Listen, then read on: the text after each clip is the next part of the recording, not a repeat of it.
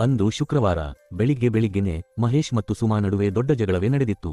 ಇಬ್ಬರೂ ಕೂಗಾಡುತ್ತಿದ್ದರು. ಇದ್ದಕ್ಕಿದ್ದಂತೆ ತನ್ನ ಬಟ್ಟೆ ಸೂಟ್ಕೇಸನ್ನು ತೆಗೆದುಕೊಂಡವಳೆ ಸೀದಾ ತನ್ನ ಅಮ್ಮನ ಮನೆಗೆ ಹೊರಟೆ ಬಿಟ್ಟಳು.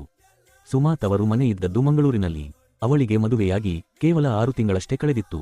ಗಂಡ ಮಹೇಶ ಇಷ್ಟವಿಲ್ಲದ ಮನಸ್ಸಿನಿಂದ ಸುಮಾಳನ್ನು ಮದುವೆಯಾಗಿದ್ದ.